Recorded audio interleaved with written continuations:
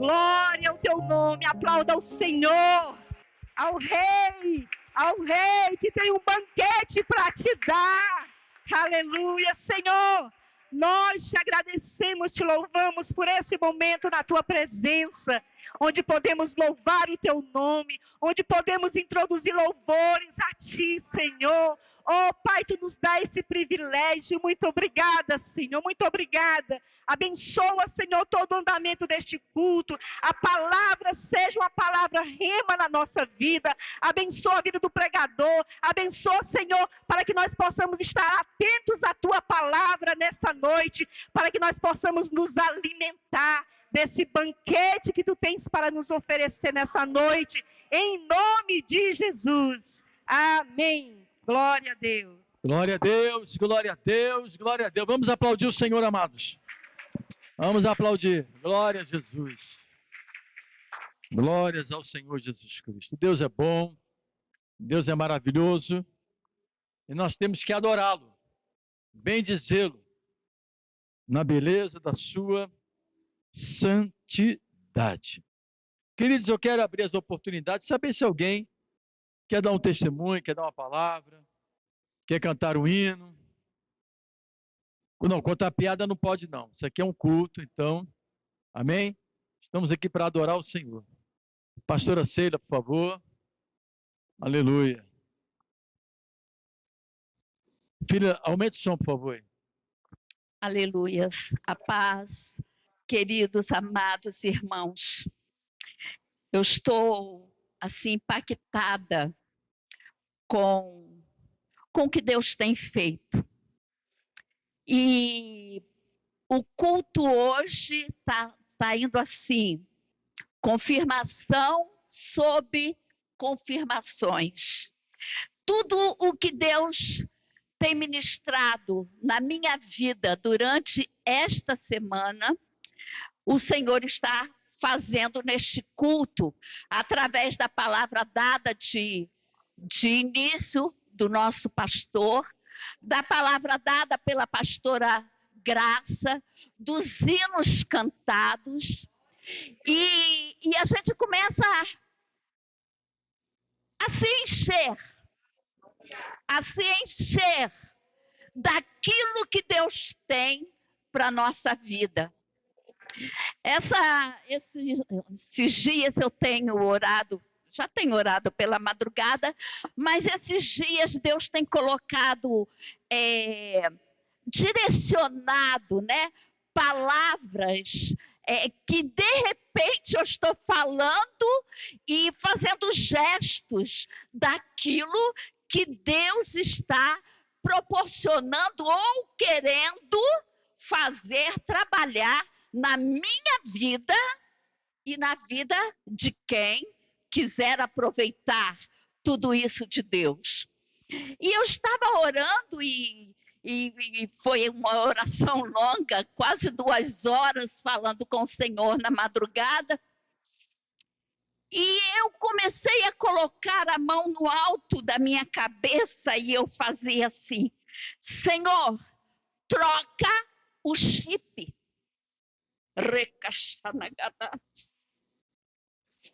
Troca o chip. Nós sabemos que o chip, quando ele está com vírus, ele estraga o teu aparelho, ele estraga o teu computador, o teu celular. E o chip, que muitas das vezes está com vírus do mundo, com vírus do pecado, com o vírus da mentira, com o vírus da inveja, com o vírus daquilo que não faz parte da vida com Deus, você vai morrendo. O seu aparelho vai morrendo. E o Senhor está dizendo: troca o chip. Oh, aleluias, aleluias. E eu comecei a fazer assim, eu falava assim: Senhor, troca esse chip. Está contaminado, está estragando, está morrendo. Troca o chip, Senhor. Eu quero um chip novo. Eu quero um chip cheio do teu poder. Eu quero um chip cheio da tua visão. Eu quero um chip cheio da tua palavra. Eu quero um chip cheio da tua unção.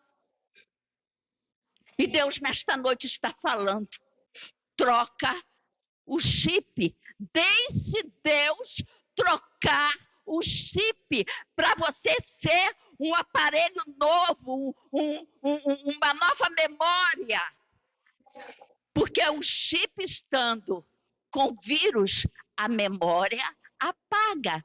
Tudo aquilo que muitas das vezes, desde criança, você aprendeu na casa do Senhor, com o seu familiar, com o seu pai, com a sua mãe, vai perdendo o efeito. E Deus quer mudar tudo na sua vida. Deus quer mudar tudo na minha vida. E eu tenho sentido muito a presença do Senhor. Tenho sentido muito a mudança de Deus na minha vida. E eu quero que você também experimente isso. Peça ao Senhor, Senhor, está contaminado esse, está com vírus. O vírus do mundo. Oh, meu Deus. O vírus da preocupação. Muitas das vezes a gente fica tão preocupado que não deixa Deus agir. E tudo e todo o poder está nas mãos do Senhor. Aleluias. Deixa Deus trabalhar. Deixa Deus mudar o chip da sua consciência, tirar a consciência humana e vir a consciência espiritual sobre a tua vida. Amém? Que Deus abençoe, em nome de Jesus. Aleluia. Aleluia. Glória a Jesus. Glória a Deus. Pastor Adalto. Aleluia. Pastor Adalto vai fazer o momento da nossa oferta e dízimo. Aleluia. Amém. Amém. A paz do Senhor a todos os irmãos. Se você tem sua Bíblia aí, por gentileza, abra no livro de 2 Coríntios, no capítulo 8.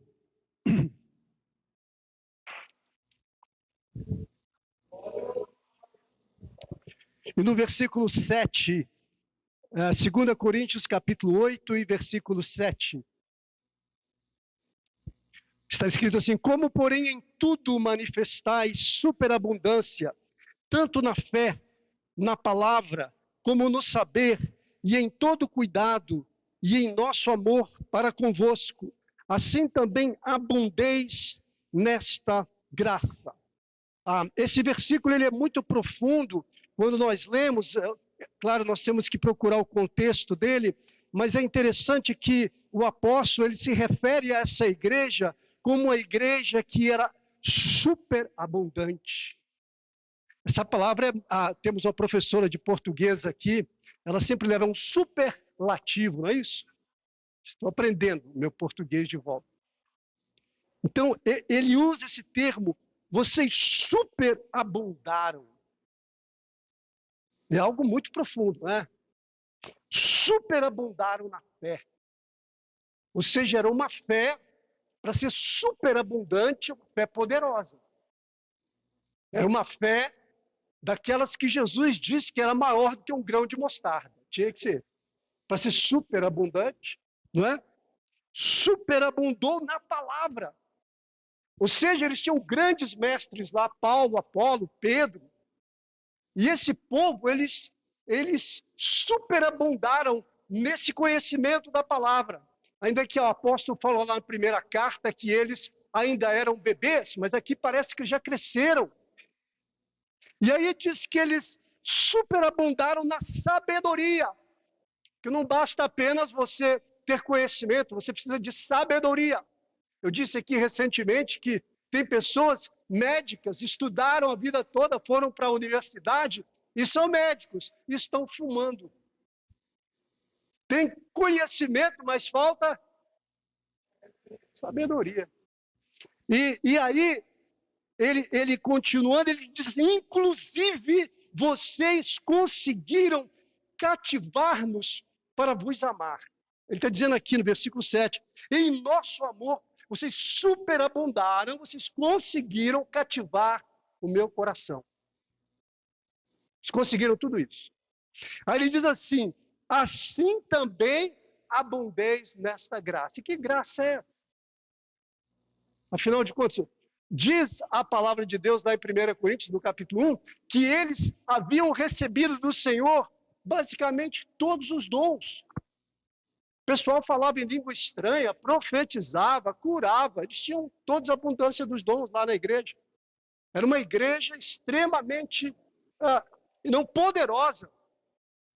E anos atrás eu fui com o apóstolo Ventura visitar um ministério nos Estados Unidos e havia um pastor lá que ele estava buscando o poder de Deus na vida dele. Ele disse, eu quero mais poder de Deus na minha vida. E ele disse, estou num jejum de 40 dias, que estou atrás de poder. Eu quero o poder de Deus, igual Elias, né? O Moisés, o cara sonhava alto, né? Investiu aí muita coisa, 40 dias. E é interessante porque o apóstolo aqui, ele fala desse dom e nós podemos ver aí no versículo 15 do capítulo 9, ele fecha os 2 capítulos, ele diz assim, graças a Deus pelo seu dom inefável. Essa palavra inefável no grego, ela quer dizer assim, é algo indescritível, algo que não tem palavras. Ou seja, ele usa, então, a graça de Deus, que ele deu o seu Filho unigênito, não tem como descrever tamanho graça, tamanho amor, tamanha bênção quando você entende o Evangelho, você recebe essa graça sobre a sua vida e você entende que religião não pode te salvar, então não há palavras para expressar essa gratidão a Deus. E ele fecha o capítulo dizendo assim, graças a Deus por esse dom. Por esse dom. E aí, voltando ao versículo 7, ele diz assim, olha, vocês têm que ter abundância nesse dom nas vossas vidas também. E aí, voltando no capítulo 1 do versículo 8, ele vai mostrar aqui um modelo padrão, porque o que ele está dizendo é o seguinte, olha, vocês podem ter uma fé poderosa, vocês podem ter um conhecimento, vocês podem ter uma sabedoria, vocês podem jejuar 40 dias e 40 noites atrás de mais poder de Deus, você quer uma renovação e você pode fazer tudo isso. Mas se tornou hoje um tabu dentro das igrejas, eu não sei aqui no Brasil, mas lá onde eu moro, por causa dos extremos, se falava demais sobre o assunto, hoje não se fala mais. Parece que é algo proibido. Eu tenho pregado em algumas igrejas, visitado algumas igrejas, e eu fico esperando, aguardando aquele momento onde eu tenho que fazer aquilo que Deus me manda fazer, que está no meu coração, e eu fico, mas essa igreja aqui não fala sobre esse dom. Eles omitem o povo de Deus de receber tamanha graça.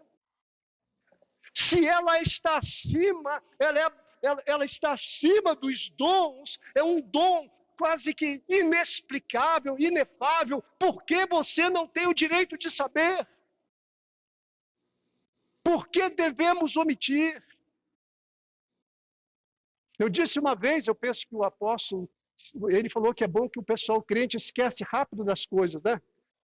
Mas eu disse uma vez o seguinte, que eu estava num seminário e foi feita a seguinte pergunta, se Jesus viesse ao culto nessa noite, se ele está aqui conosco, espiritualmente ele está aqui, 2 ou 3, eu estou lá com vocês, mas se ele estivesse corporalmente aqui nesta noite, onde Jesus se assentaria? Onde seria o lugar aqui hoje, nessa igreja, que Jesus ia escolher para sentar? Quem sabe alguns diriam, sentaria perto do apóstolo Roberto, né? Do pastor Ivan, das pastoras, porque afinal de contas Jesus quer intimidade com os apóstolos, com os líderes dele. Eu dizia, não. Jesus ia se sentar no meio das crianças, porque diz a Bíblia que Jesus habita no meio dos louvores do seu povo. Das crianças sai o perfeito louvor, me perdoa. Aí outros falam, não, as irmãs do louvor aqui, a irmã Lívia ali, aqui da irmã lá, disse, não. Hã? Ingrid, me perdoa, Ingrid, né, a pastora, de jeito nenhum. Jesus sentaria junto conosco, que acabei de dizer agora, a Bíblia diz que Deus habita no meio dos louvores. Né? Aí a multidão disse, não, de jeito nenhum. Vocês estão todos enganados. Jesus sentaria no meio da multidão, porque Jesus amava a multidão. Jesus sentaria no meio de nós. Aí a pergunta é, onde Jesus, se estivesse aqui hoje, onde ele se assentaria? Eu não sei se alguns de vocês já sabem a resposta, mas quem não sabe quer saber. Levante a mão. Parece que não tem muita gente querendo saber, não, mas não tem problema, eu vou falar assim mesmo. Abra sua Bíblia no livro de São Marcos.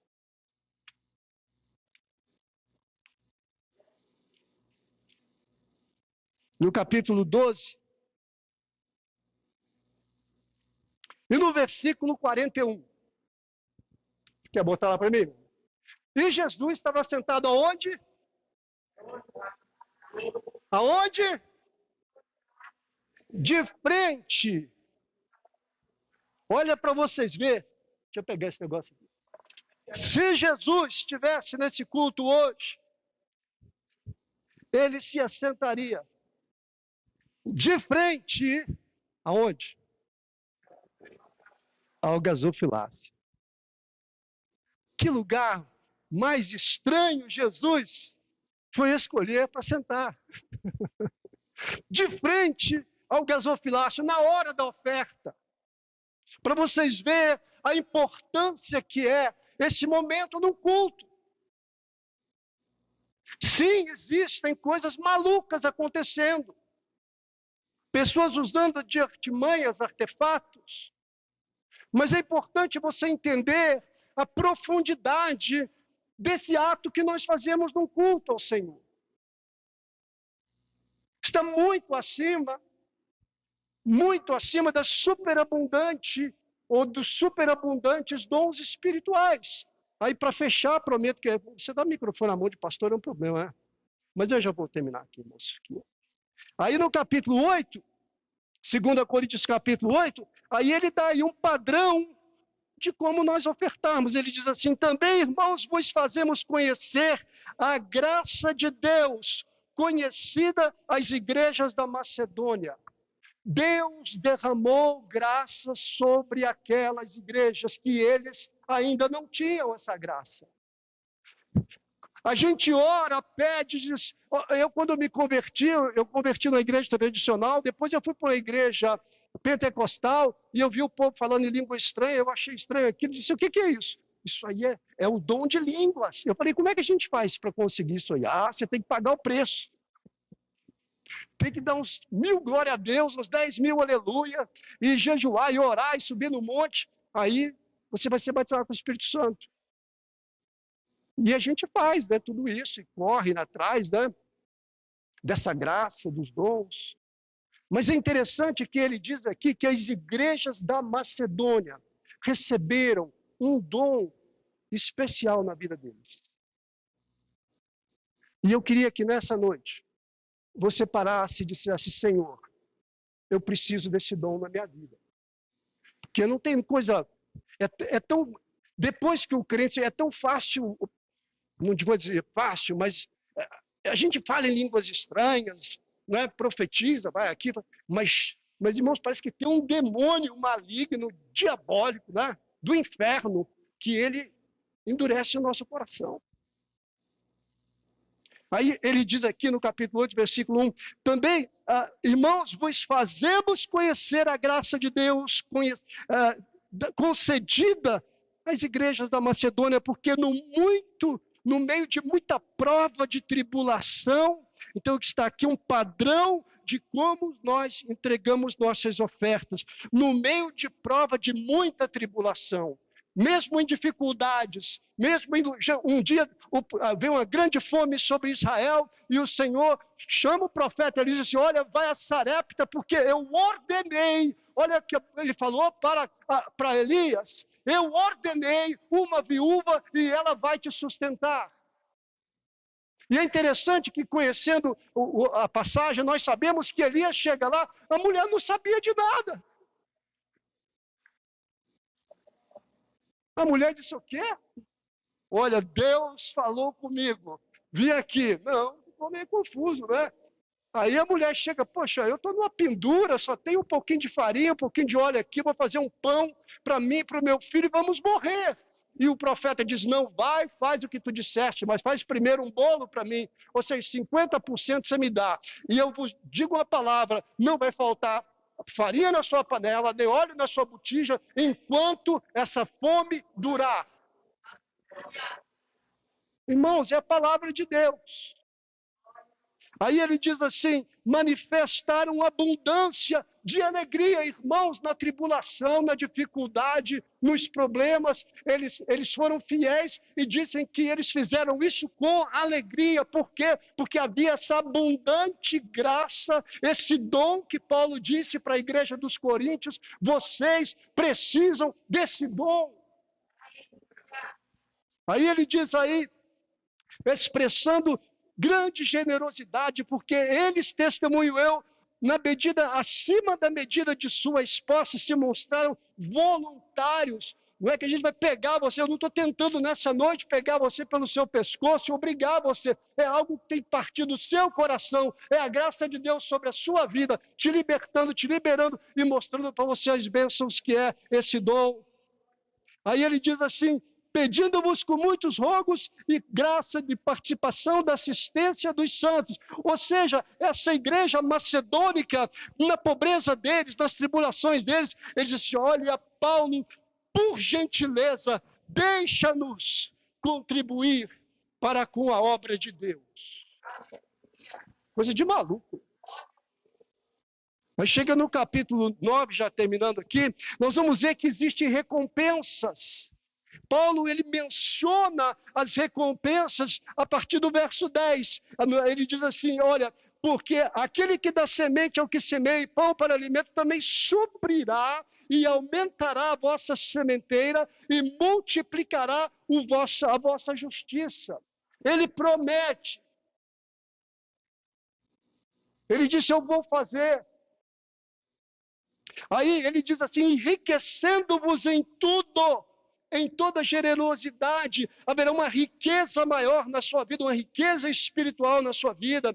Aí ele diz assim, versículo 12, porque no 9, 12, porque o serviço dessa assistência não só supre a necessidade dos santos, como também redunda em muitas graças a Deus. É por isso que Jesus sentou em frente ao gasofilaço.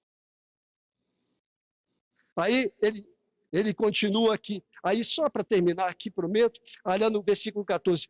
Irmão, olha para você ver o versículo 14. Tem lá, irmão? Versículo 14, a minha tradução diz assim, enquanto oram eles a vosso favor com grande afeto, em virtude da superabundância e a graça de Deus que há em vós. Meus irmãos, tem algo, eu não faço isso, eu não dou meus dízimos, as minhas ofertas na igreja, para que as pessoas venham orar por mim, mas diz a Bíblia que o ofertante, o dizimista, acontece algo muito interessante na vida dele. Deus levanta intercessores para orar por ele. Está lá, versículo 14. E eles orarão. Eles quem? Você entregando o seu dízimo aqui, aí um cara lá na Índia vai orar para o irmão Geraldo. Algo acontece no mundo espiritual que Deus gera no coração dos santos para que você e eu e nós recebamos orações em nosso favor. Enquanto se eu perguntasse, quem precisa de oração aqui nessa noite? Se eu não levantar a sua mão, fala, poxa, então você já pode ir para o céu. Vocês entenderam, irmãos? Vamos pedir a Deus que nós possamos superabundar, não somente nos dons, mas superabundar nesta graça de podermos contribuir na casa de Deus. Vamos ficar de pé e vamos orar, então. Aleluia! Pastor Ivan é o portador da palavra de Deus para nós. Que honra, que bênção. Mesmo sentados, vamos orar. Vamos apresentar ao Senhor. Querido Deus eterno Pai, aqui está o teu servo, que vai trazer a tua palavra para todos nós. Usa-o, fala a cada um dos teus filhos nesta noite, Pai. Em nome de Jesus. Amém. Quero mandar um abraço, uma saudação para a turma lá do Ceará, que está nos vendo, pessoal do Rio de Janeiro também, em nome de Jesus. Amém. Glória a Deus. Queridos, pastor Adamastor, ele está sempre junto aí com a gente, na leitura bíblica, na oração e aqui nos cultos. Amém, né? Paz do Senhor, irmãos e irmãs. Estou me sentindo honrado aqui porque os pastores, né, pastor Adalto, apóstolos, demais pastores me deram essa honra aqui de eu estar pregando. Já há vários dias que o Senhor tem falado comigo a respeito de uma passagem riquíssima da Bíblia. Eu ficava meditando, cada vez que eu meditava, vinha uma coisa nova. Cada vez que eu pensava nessa passagem, vinha uma coisa nova. Pode colocar a foto lá que eu pedi para você, Juliana? A Juliana vai colocar uma foto que eu pedi para ela colocar aí só para ver se vocês identificam qual é a palavra, qual é a mensagem que nós vamos falar nessa noite. Mas há vários dias o Senhor tem falado comigo a respeito desta palavra. E eu falei com o apóstolo, deixa eu pregar domingo lá, que eu tenho uma palavra aí que eu quero passar aos irmãos. Quem identifica esta passagem? É isso aí. É isso aí. E eu coloquei um tema, é o seguinte: Jerusalém ou Emaús? Casa do Pai ou a nossa casa, ou a casa antiga? Para onde que a gente quer ir? Para onde nós devemos ir como cristãos? O que nós temos que fazer, né? Principalmente numa época agora sombria, né? Que todo mundo esperava uma coisa no Brasil e no mundo, né? Todos nós esperávamos que acontecesse tal coisa e não aconteceu.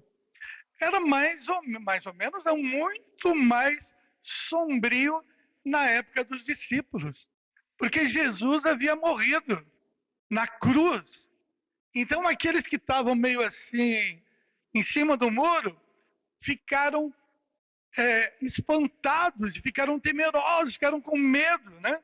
Isso a gente vai falar aqui daqui um pouco, né? Então o Senhor tem falado muito comigo. Vamos ler a passagem juntos aqui, né? Lucas capítulo 24, a partir do versículo 13. Lucas 24, a partir do 13. Amém? Vamos ler aqui, que aqui está maior, né? Aqui está maior para mim. As letras estão maiores aqui. Eis que no mesmo dia iam dois deles. Quem eram os dois? Eram dois discípulos. Eu andei pesquisando, alguns diziam que era Cleopas, porque fala o nome dele aqui, e o outro podia ser até a esposa dele, mas não sabem se era mesmo a esposa dele. Se alguém souber quem era o outro discípulo, fala para a gente, porque a Bíblia não diz. Fala do Cleopas, o Cleopas estava no meio, né? E o Cleopas, ele era um dos 70. Vocês lembram, né, na Bíblia, né, de um período que andavam 70 com Jesus, né? Andavam muito mais, né? Mas aqueles 70 é que estavam mais perto dele, como discípulos, né? E até que quando Jesus dá aquela palavra dura, quem não comer da minha carne, não beber do meu sangue, não tem parte comigo, fugiu todo mundo, só ficou os 12 naquele tempo, né? Mas o Cleopas, ele era um dos 70, né? Então, eles estavam andando para uma aldeia que distava de Jerusalém cerca de 60 estádios, que dá quase 11 quilômetros. É uma distância como daqui a Caçapava, mais ou menos, deve ser, né? Daqui a Caçapava deve dar uns 11 quilômetros, né? Pela Dutra, eu acho, né? Ali perto, ali. Não é tão longe para o que eles andavam naquela época, né? Mas era longe, né? Cujo nome era Emaús. Pode mudar? E iam falando entre si de tudo aquilo que havia sucedido, né? Porque no início eu falei, Jesus havia cumprido a sua missão, havia se entregue, né, por nós na cruz, né? E eles iam falando sobre tudo aquilo. E aconteceu que indo eles falando entre si e fazendo perguntas uns aos outros, o mesmo Jesus se aproximou e ia com eles. Jesus ressuscitado, hein? Jesus que já havia ressuscitado ao terceiro dia, Jesus se aproxima e vai andando com eles. Pode mudar. Mas os olhos deles estavam como que fechados para que não o conhecessem. Quando a gente está numa situação de desconfiança, principalmente das coisas de Deus, os nossos olhos se fecham. Quando a gente começa a desconfiar da palavra, desconfiar do futuro que nós temos com o Senhor, os nossos olhos se fecham. Eles estavam assim, olhos fechados, não viram que eram Jesus. Pode continuar. E ele lhes disse, Jesus, né? Jesus ele dava umas cutucadas também, né? Jesus, na sua sabedoria, quando ele queria receber algo, ele também dava uma palavra assim, dava uma cutucada, vamos dizer. Que palavras são essas que caminhando trocais entre vós e por que estáis tristes? Pode mudar. E respondendo um, cujo nome era Cleopas, disse-lhe, és tu só peregrino em Jerusalém e não sabe as coisas que nela têm sucedido nesses dias? Era como se ele falasse, você está fora da casinha, você não mora aqui perto, você não sabe de nada. Tipo assim, né? Meio que zombando de Jesus, porque os seus olhos estavam fechados e eles não sabiam que era Jesus. E ele lhe perguntou, Jesus, quais? Jesus queria que eles dissessem. E eles disseram, as que dizem a respeito de Jesus Nazareno. Falava de Jesus mesmo que estava ali do lado dele, né? Que foi um homem profeta, poderoso em obras e palavras diante de Deus e de todo o povo. Então já começou a dizer, que foi? Ele não é mais. É tipo assim, ele já morreu, né? Ele foi, mas não é mais, né? Olhos bem fechados, né? E como os principais sacerdotes e os nossos príncipes o entregaram à condenação de morte e o crucificaram. Pode continuar. E nós esperávamos que fosse ele que remisse Israel. Mas agora, sobre tudo isso, e já hoje o terceiro dia, desde que essas coisas aconteceram. Pode continuar. É verdade que também algumas mulheres, dentre nós, nos maravilharam, as quais de madrugada foram ao sepulcro e não achando seu corpo, voltaram dizendo que também tinham visto uma visão de anjos que dizem que ele vive. Olha só, né? Algumas mulheres, a mulher naquela... Queridos, se hoje tem gente machista, imagine naquele tempo. As mulheres não tinham valor quase que nenhum. Quem deu valor para as mulheres mesmo foi Jesus, né? Jesus deu valor para as mulheres, mas naquele tempo não tinha, né? Não, as mulheres vieram falar, a gente nem deu bola para o que elas disseram, né? E alguns dos que estavam conosco foram ao sepulcro. Né? Pedro foi, né? Aí é só ler um pouquinho antes, né? E acharam ser assim como as mulheres haviam dito, porém a ele não o viram. Então, tipo assim, ó, eles foram lá, mas não viram Jesus, né? Então Jesus morreu, sumiu, né? Desapareceu, né?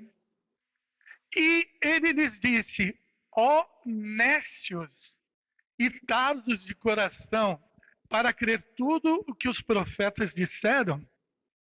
Pode continuar. Porventura não convinha que o Cristo padecesse essas coisas e entrasse na sua glória? Jesus pergunta, não era isso que estava escrito na palavra? Que vocês deviam ter aprendido, porque vocês são discípulos, né? Então Jesus já devia ter ensinado para eles há muitas vezes, né? Pode continuar. E começando por Moisés e por todos os profetas, explicava-lhes o que dele se achava em todas as Escrituras. E chegaram à aldeia para onde iam, que era Emaús, né? E Jesus fez como que fosse para um outro lugar, né? Mais longe.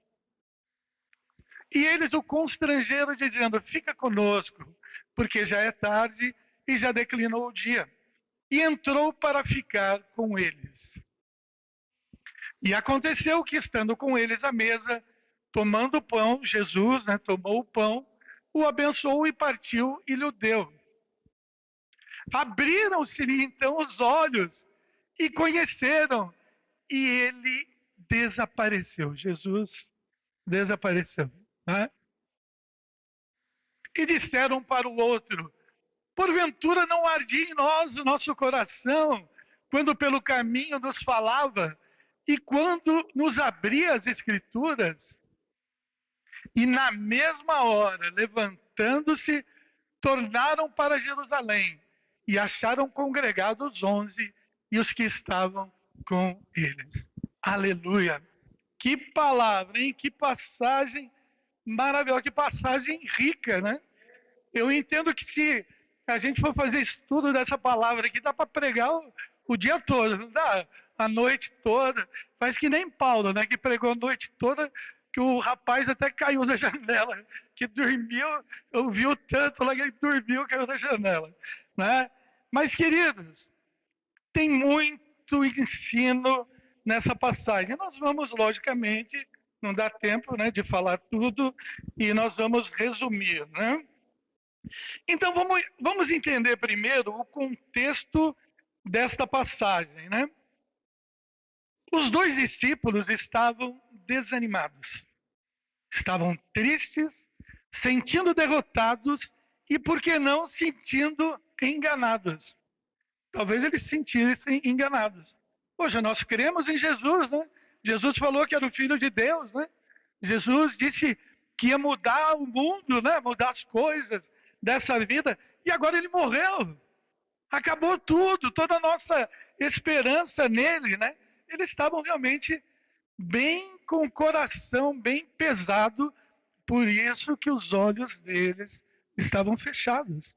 Por isso que eles não reconheciam Jesus. Então, como eu disse, um deles era Cleopas, um dos 70, e outro a gente não sabe quem é. Uns dizem que pode ser a esposa dele, outros dizem... Uns falam até que era Jairo, não sei. A Bíblia não diz isso, mas alguns falam. Então, a gente já inicia aqui sabendo que eles eram discípulos. Então, eles não eram nécios. Né? Jesus os chama de nécios, nós vamos entender aqui, né? Mas não era para eles serem nécios. Eles eram discípulos. Se a gente olhar, nós somos igreja. Nós não somos mais nécios, né? É lógico. Se eu aceito Jesus, né? Jesus nos aceita hoje, né? A gente começa a aprender hoje, mas quantos de nós já conhecem a palavra há tanto tempo? Então, nós não podemos ser nécios, né, de conhecimento. Né? O pastor comentou sobre ter conhecimento, mas não ter sabedoria. Né? Era o caso deles, né? Eles estavam com conhecimento, mas não tinham sabedoria. Né? Então, eles eram discípulos, já deviam saber. E o que eu fiquei pensando? Eles, como discípulos, deviam estar alegres pelo que tinha acontecido. Parece uma coisa meio esquisita, ficar alegre porque Jesus morreu. Não, ficar alegre porque ele disse que ele ia morrer. E ele morreu, né? E ele também não disse que depois ele ia ressuscitar. Então era para eles estarem alegres. Falando, pô, Jesus morreu, como ele disse, foi crucificado, mas ele vai ressuscitar. Então era para eles estarem alegres e não tristes. Infelizmente, conosco, quando alguma coisa sai errada, a gente fica meio parecido como esses discípulos de Emaús, né? Ao invés de a gente ficar alegre, porque tem uma esperança para nós, é só ler o bem-aventurança, quando Jesus fala da bem-aventurança, bem-aventurado quando você for perseguido, né? Falando todo mal contra você, todas aquelas bem-aventuranças, né? Era para nós nos alegrarmos. Mas a gente fica tristinho, né? A gente esquece da palavra do Senhor, né? Então eles deviam estar alegres, porque a Escritura estava se cumprindo, tinham que estar alegres, né? Porque tudo que Jesus narrou estava acontecendo. Então eles deviam pensar: puxa vida, o que Jesus falou é verdade. Tudo que ele pregou e ensinou para nós é verdade. As mulheres viram o túmulo vazio, mas ele disse que ia ressuscitar, então ele ressuscitou. Não era isso que eles deviam pensar? Mas eles estavam pensando mais no Jesus morto do que no Jesus vivo. Dá para entender isso? Então, eles acreditavam que Jesus morreu, mas não acreditavam que Jesus ressuscitou. Até porque naquele tempo muitos não acreditavam na ressurreição, né? Muitos deles, né? Então, esqueceram de tudo, né? É o que às vezes acontece com a gente, como eu falei, a gente esquece rapidamente da palavra que a gente prega, a palavra que a gente prega, que a gente ensina. Quando alguma coisa sai errada, a gente esquece até da palavra que a gente ensina, né? Então, quando a gente vê tudo o que tem acontecido no Brasil e no mundo, muitos cristãos, não vou dizer a maioria, graças a Deus que não é a maioria, mas muitos cristãos já foram embora para o caminho de Emaús. Muitos já foram embora. Não querem nem voltar mais, né? Quando pegaram aí a Covid, né? Que já deu esse chacoalhão no povo, e muitos perderam, e lógico, vamos entender o sofrimento. Muitos perderam entes queridos, né? E muitos, por causa disso, já foram embora. E não querem nem voltar mais, né? E então é lógico que a gente sabe que isto é uma situação difícil. Mas a gente não pode esquecer da palavra do Senhor. A gente não pode esquecer tudo o que o Senhor nos ensinou e tudo que a Bíblia nos ensina. Porque senão que valor nós temos de crer, né?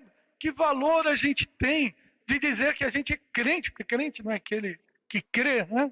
Nós temos que crer, né?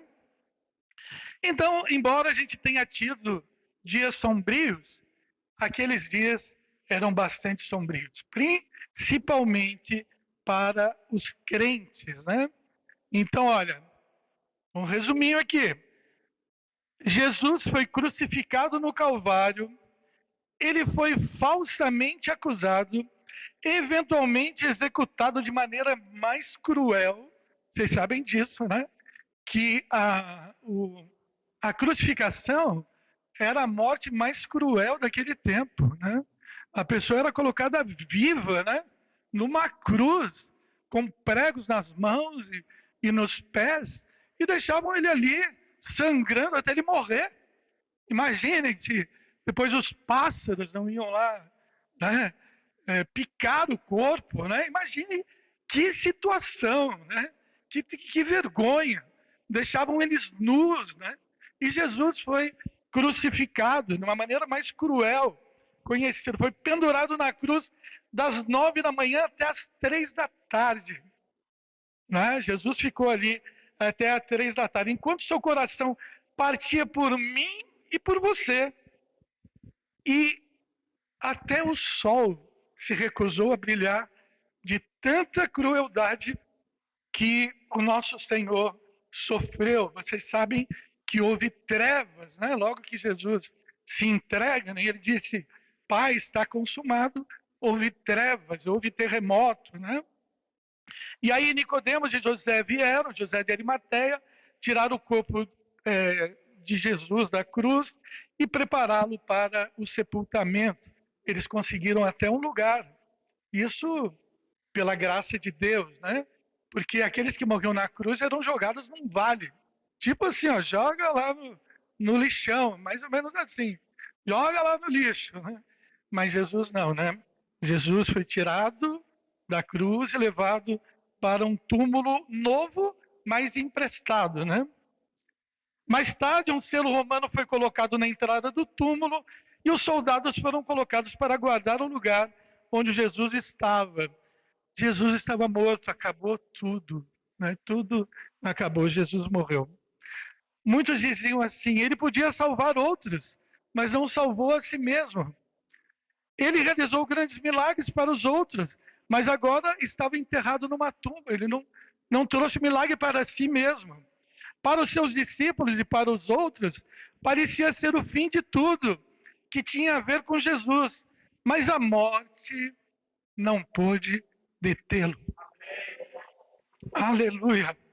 Um túmulo de pedra não poderia aprisionar o Filho de Deus. 3 dias se passaram quando as 2 mulheres vieram e descobriram que a pedra havia sido removida e o túmulo estava vazio. Vocês lembram? Vocês lembram até a questão dos soldados que deviam tomar conta do túmulo, né? Quando os anjos vieram e removeram a pedra, eles ficaram tão apavorados que eles fugiram, saíram correndo de medo. Aí depois eles criaram uma história, né? Não, vieram de noite lá e rebentaram a pedra e roubaram o corpo de Jesus, né? Vocês sabem disso daí, né? E quando as mulheres chegaram lá, encontraram 2 anjos que disseram para ela: por que vocês procuram aquele que vive no meio dos mortos? Ele não está mais aqui, ele ressuscitou. Aleluia! Que mensagem! Ele vive e nós não adoramos um Deus morto. Se eu e você, vamos pensar bem, né? Nós somos pessoas, graças a Deus, que temos conhecimento, né? Se eu e você soubesse que Jesus está morto, que ele estava morto mesmo, que ele não ressuscitou, será que nós estaríamos aqui prestando culto a ele? Se ele não estivesse vivo? Alguém presta culto para alguém que não está vivo? Eu digo, não estou falando material, estou falando espiritualmente. Se Jesus não está vivo e a gente presta culto para ele, o nosso culto não valeria de nada, porque ele não receberia o nosso culto. Mas ele está vivo. Ele está vivo para sempre. E como ele está ressuscitado, ele ainda tem compaixão de nós, assim como ele teve dos discípulos no caminho de Emaús. Ele está preocupado com as nossas necessidades. Ok, queridos? Então, Jesus vem, Jesus já sabia o que eles estavam falando. Lógico que Jesus já sabia. Jesus já sabia que eles estavam reclamando, até murmurando, estavam lá assim, tristes. E Jesus vai no meio deles justamente para falar com eles, né? Então, retomando aqui a parte do caminho de Emaús, né? Voltando aqui ao texto, né? Por mais sombrio que se parecia ali, né? Que mais triste que se parecia era cumprimento da palavra. Então, o que a gente tem visto hoje no Brasil, no mundo, é cumprimento da palavra, ou não é? É cumprimento. É cumprimento. O mundo mudando, a política mudando, tudo mudando, porque é cumprimento. Quando Jesus vai voltar, eu não sei. Mas eu sei que ele está perto de voltar. Eu acho que cada um de vocês devem pensar isso. Só que o perto para Deus, um dia pode ser 1000 anos, hein? E 1000 anos pode ser um dia.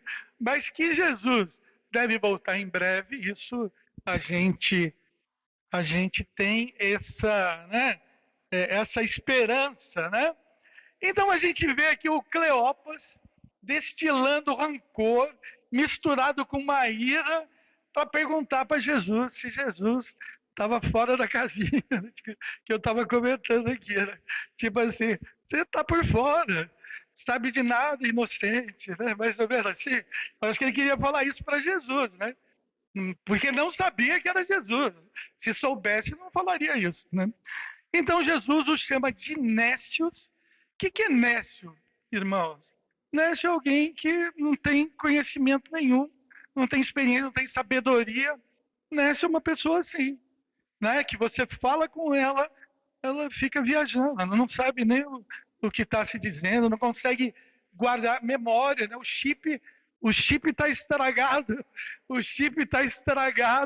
está com vírus e a pessoa não entende nada que você fala, né?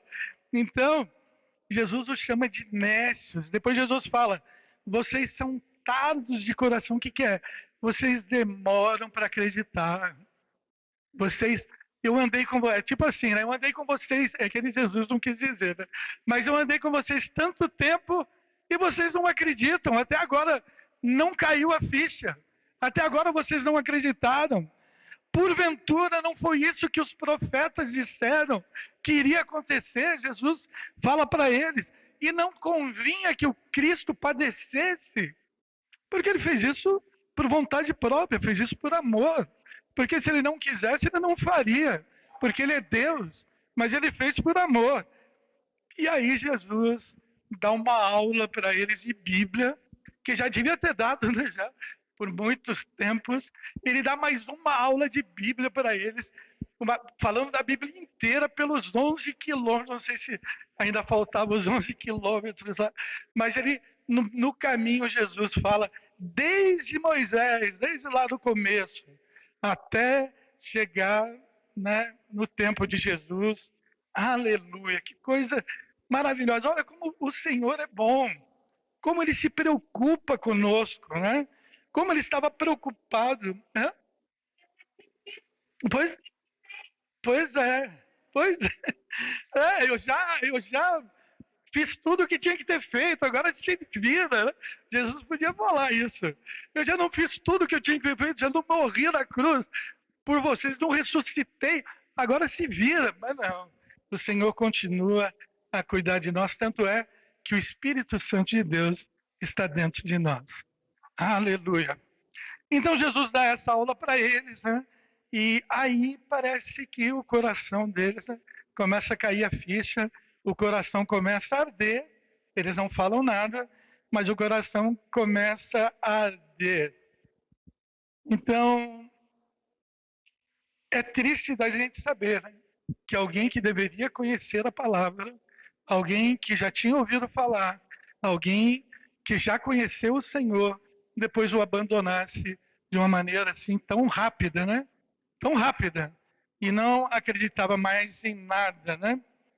Então, infelizmente, muitos cristãos, muitos irmãos nossos, irmãos que sempre foram bênção na casa do Pai, né, na casa de Deus, muitos têm abandonado o Senhor, muitos não querem suportar lutas, acham que a vida do crente é um mar de rosas, que você nunca vai ter problema. Eu já vi gente pregar assim, né?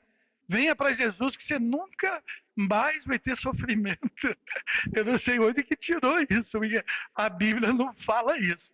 Mas tem gente que para ganhar a pessoa, né, fala, não, venha para Jesus, todos os seus problemas vão acabar. Você vai ser o resto da vida, você não vai ter problema mais nenhum. Não vai ter nem boleto para pagar. Se bobear, fala isso também, né? Então, queridos, nós que conhecemos a palavra, não podemos ser como discípulos de Emaús, né? Pelo menos na hora que está indo para Emaús. Devia ser quando voltou para Jerusalém, né? Não na hora que está indo, né? Então, depois de tudo isso, já estamos indo para o encerramento. Depois de tudo isso, Jesus então vai à mesa com eles.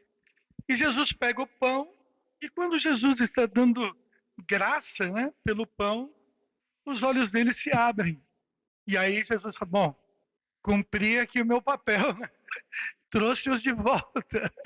Eles estavam indo embora, eu peguei e trouxe eles de volta. Jesus tinha muita coisa para fazer, como tem até hoje, né? Mas naquela hora ele tinha muita coisa, que depois ele vai lá falar com os discípulos também, né? Então ele tinha muita coisa para fazer, né? Então, naquela hora, eles reconhecem que é o Senhor e começam a dizer, olha, nosso coração ardia quando ele falava da sua palavra. Então ele está vivo, ele não morreu. E a Bíblia diz, até coloquei aqui, demorou, hein? Demorou, né? Demorou para eles acreditarem, demorou, né? Todo aquele tempo de aprendizado, todo aquele tempo de andar com Jesus, toda aquela caminhada dos 10 quilômetros, demorou, mas a ficha caiu, né? Graças a Deus, né? Então, tomara que nós, os crentes atuais, não demoremos tanto, né? Para acreditar em tudo que o Senhor nos diz e em tudo que tem acontecido, né? Que nós não temos que ficar o tempo todo entristecido, ou reclamando, ou indo embora, porque as coisas não estão acontecendo como você deseja. Pelo contrário, você tem que lembrar que a Bíblia diz isso, e que você tem que acreditar na palavra do Senhor, não é? E que isto vai te trazer galardão. No futuro, o Senhor vai te levar para morar com Ele, vai transformar o nosso corpo, né? O nosso corpo mortal será transformado e nós viveremos para Ele, com Ele para sempre. Então, só para encerrar, né? Então, uns aprendizados. Eu tirei alguns, eu também vou resumir por causa do horário. Mas, primeiro, mesmo sendo crentes, muitas vezes duvidamos da própria palavra que pregamos. É uma coisa, é uma traição, né? Vamos dizer. Eu falo que eu sou crente, que eu acredito na palavra, e daqui a pouco eu duvido da palavra que eu mesmo digo. Isso é uma hipocrisia, uma traição, né? Então, longe de nós tal coisa, né?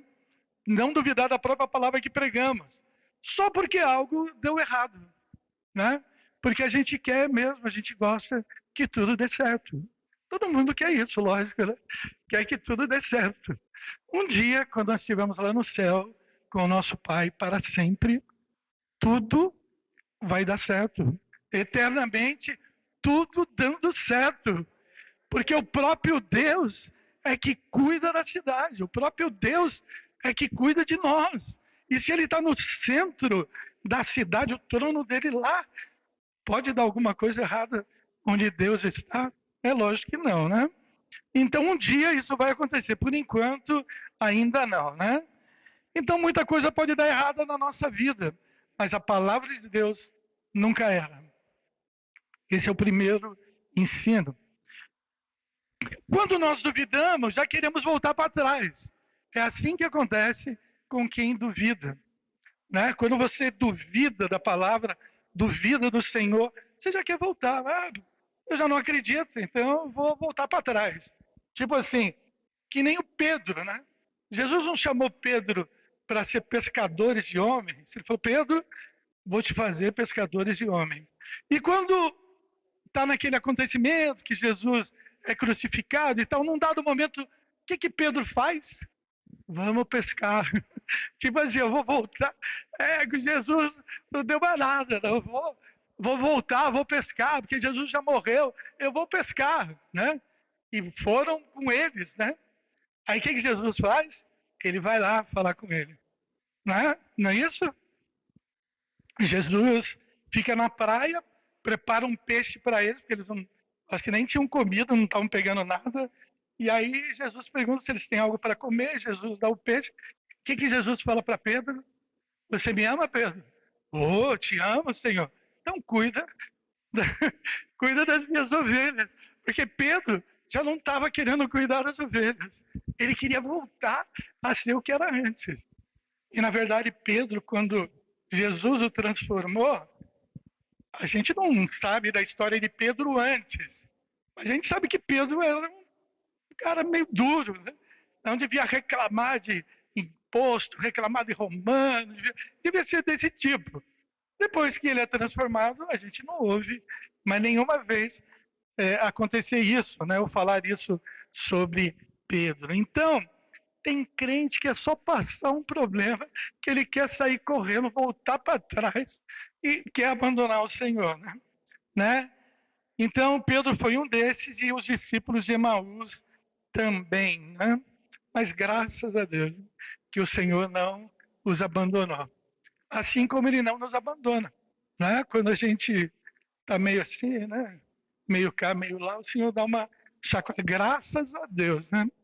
Mas Jesus se preocupa tanto conosco que através do seu Espírito Santo que está dentro de nós, ele nos mostra que o caminho que nós estamos tomando é errado e ele nos faz voltar. Aleluia.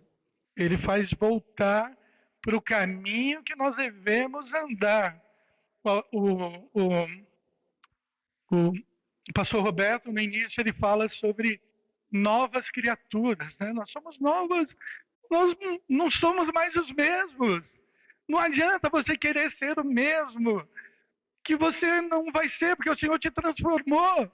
A não ser que você não queira o Senhor, não, né? Mas se você ainda quer o Senhor, você não será mais o mesmo. A Bíblia diz: furastes as minhas orelhas, né?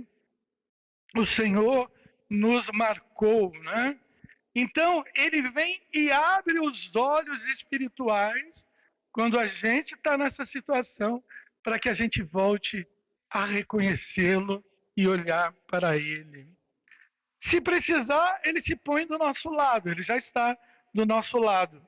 Carinhosamente, pacientemente, que nem ele ficou lá na caminhada, explicando toda a Bíblia que eles já deviam saber, né? Isso é paciência, né? Isso é carinho, né? Jesus fazer isso, né? E não, mas se precisar, ele faz, né?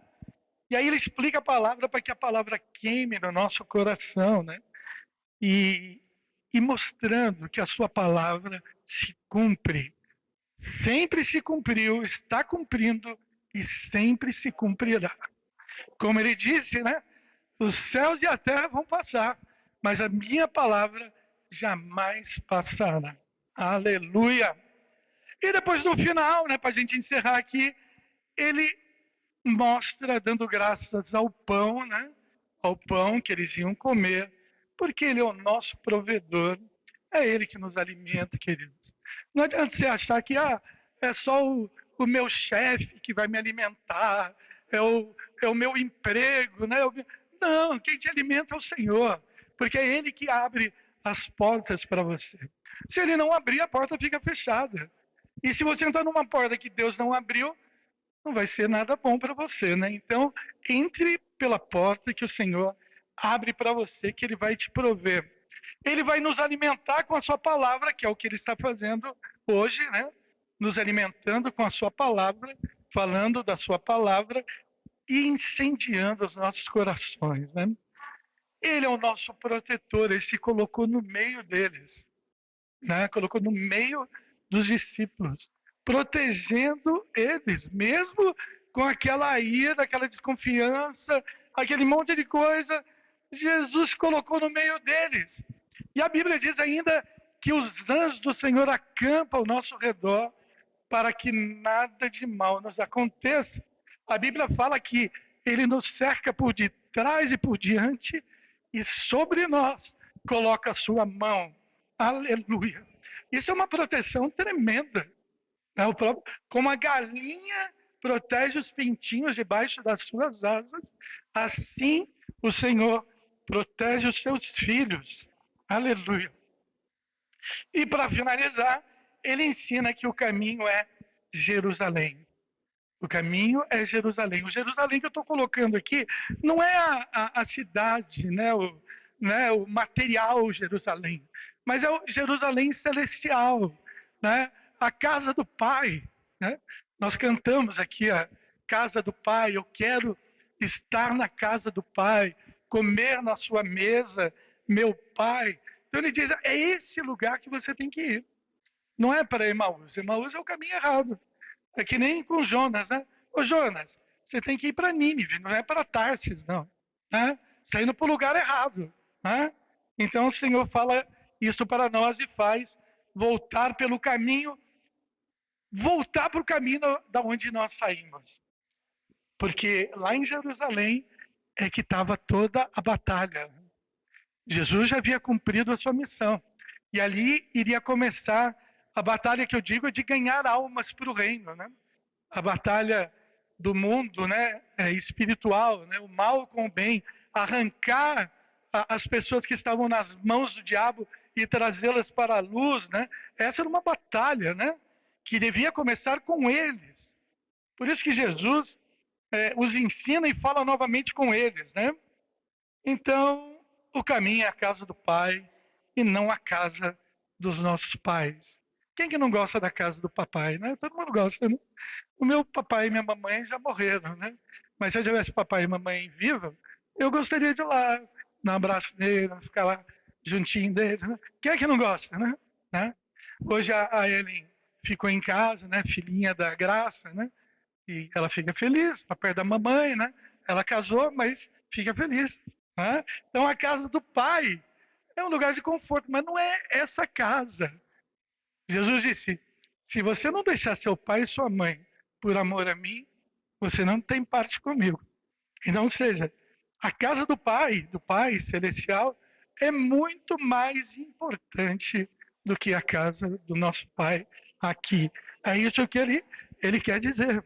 Então, Jesus pergunta para nós hoje: qual o caminho que a gente está indo?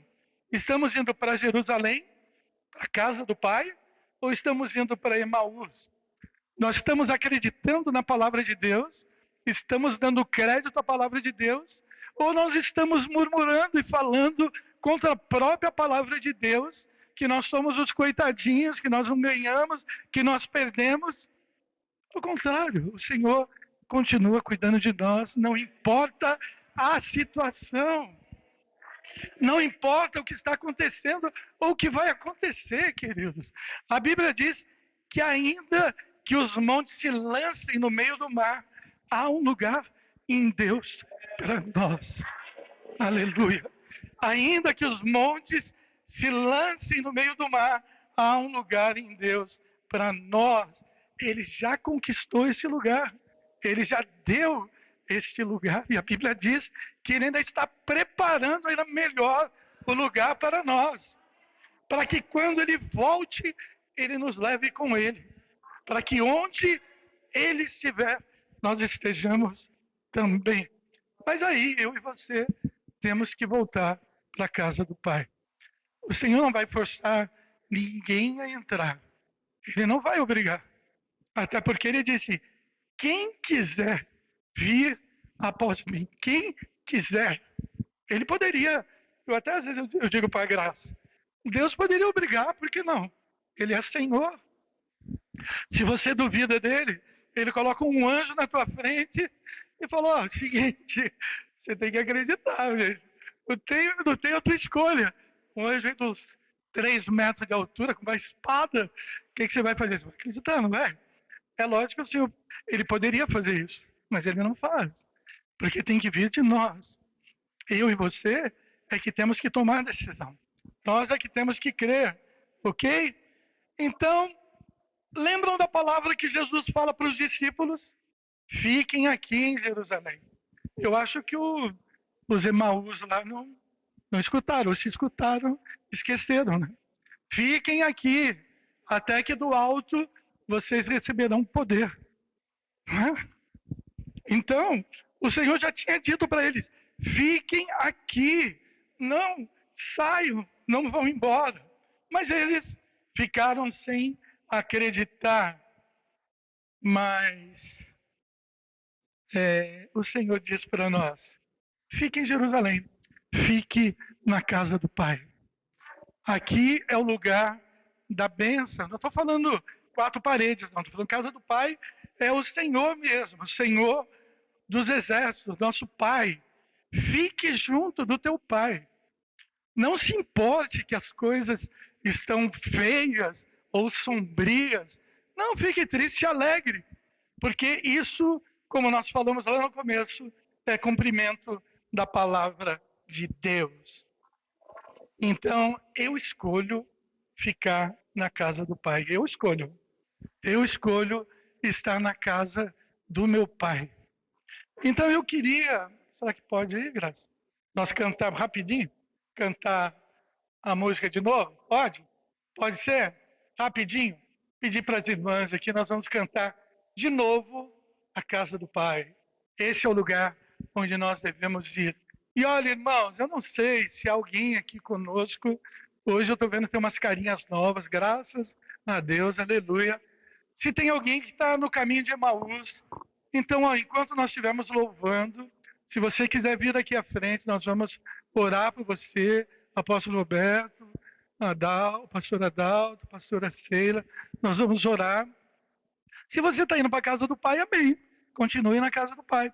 E se você que está em casa, que está querendo ir para Emaús, volte para a casa do Pai.